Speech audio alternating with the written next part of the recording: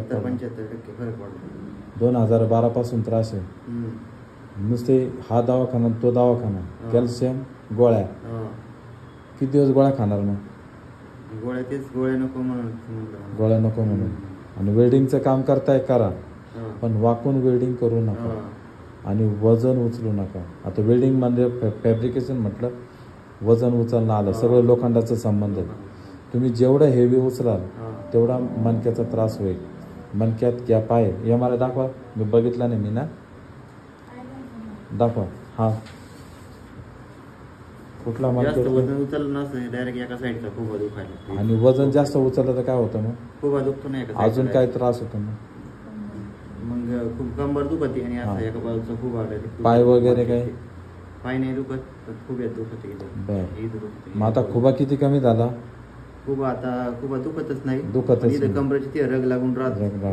आता बरंचसं कमी झालेलं आहे. पहिलाच दिवस आहे. गोळ्या औषधं खायच्या बी नाही आणि मी दिल्या पण नाही.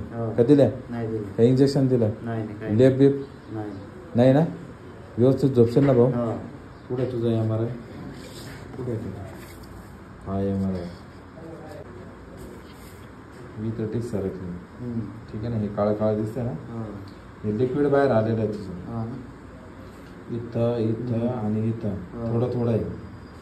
ठीक आहे ना. हा स्पीड ब्रेकर दिसतं ना, हा एवढ्या ठिकाणी आहे. हे कशामुळे झालं? फक्त वजन उचलल्यामुळं. हा नरेंद्र काय ढोंगसे. बरं व्हायचं नाही इथून पुढं? का अजून पुढं आयुष्यभर दुखणं काढायचं? का रिपोर्ट मागितला नवीन?